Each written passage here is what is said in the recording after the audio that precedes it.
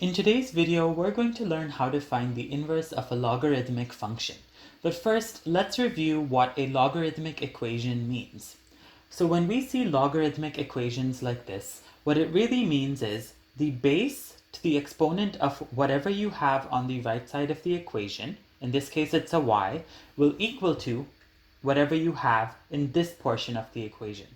So if we're using these variables here, it would mean b to the power of y is equal to x. And this is much easier to understand when you put actual numbers in their places, so let's take a look at what that would look like. Here we have log in base 3 of 27 is equal to y. So what this really means is 3 to the power of y is equal to 27.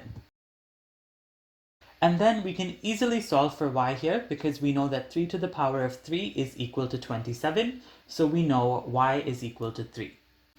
Now that we've brushed up on our logarithm skills, let's try solving the inverse of some logarithmic functions. This is our first example. Just like with any other inverse, the first step is always to switch the x and y places. So we can rewrite this as x is equal to log of negative 2y. Alright, and now we have to isolate for y. What we can do here is we can use that logarithmic rule that we learned at the beginning. What this equation really means is that 10 to the power of x is equal to negative 2y. And you might be wondering, where did that 10 come from?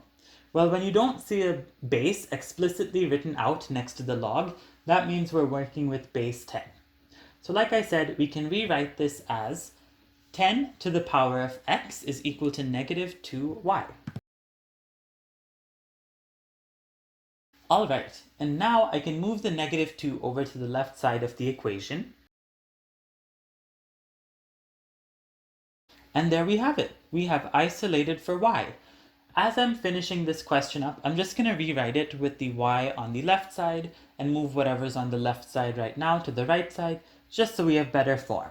And that is this problem complete. This is now the inverse of the original function that we had at the top. Here's the next problem. It says y is equal to log in base 3 of 4x minus 4. Just like always, let's switch the places of x and y.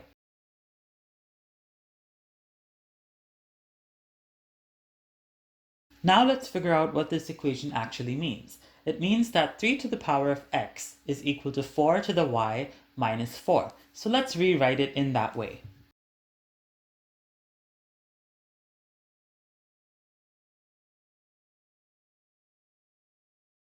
Next, let's rearrange this equation for y. I'm going to add 4 to both sides of the equation so that we get 3 to the x plus 4 is equal to 4 to the y.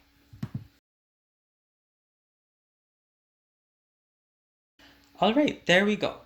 And now to get y by itself, we can take the logarithm of both sides, which gives us the logarithm of 3 to the x plus 4 is equal to the logarithm of 4 times y.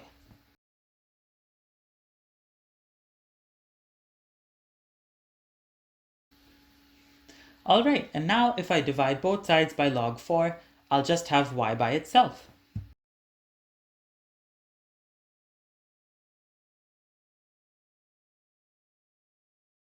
Another interesting thing you can do to simplify this is when you have two logs on top of each other and they have the same base, in this case they do have the same base, both of them are base 10, then you can rewrite it as log in base of whatever number you have on the denominator of the numerator. So it would look like this for this example. Log in base 4, the 4 comes from here, of 3 to the x plus 4. And this means exactly the same thing as what we had written out at the top, but it's just much simpler. And we can write it as equal to y. And just for better form, I'm going to bring the y to the left side. And that will be the equation of our inverse. There we have it. And we have one more problem to go.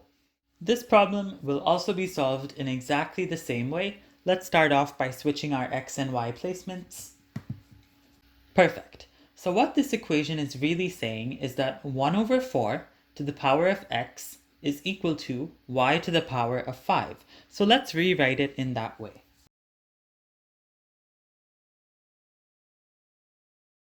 Now, to isolate for y, we can take the power of 1 over 5 for both sides of the equation like this.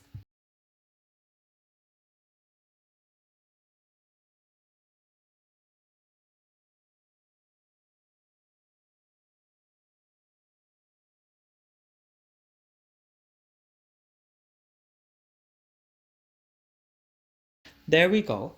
And what this simplifies to is 1 over 4 to the power of x over 5, because remember, when you have a power, you can multiply those exponents together, is equal to just y by itself, because 5 times 1 over 5 is just 1.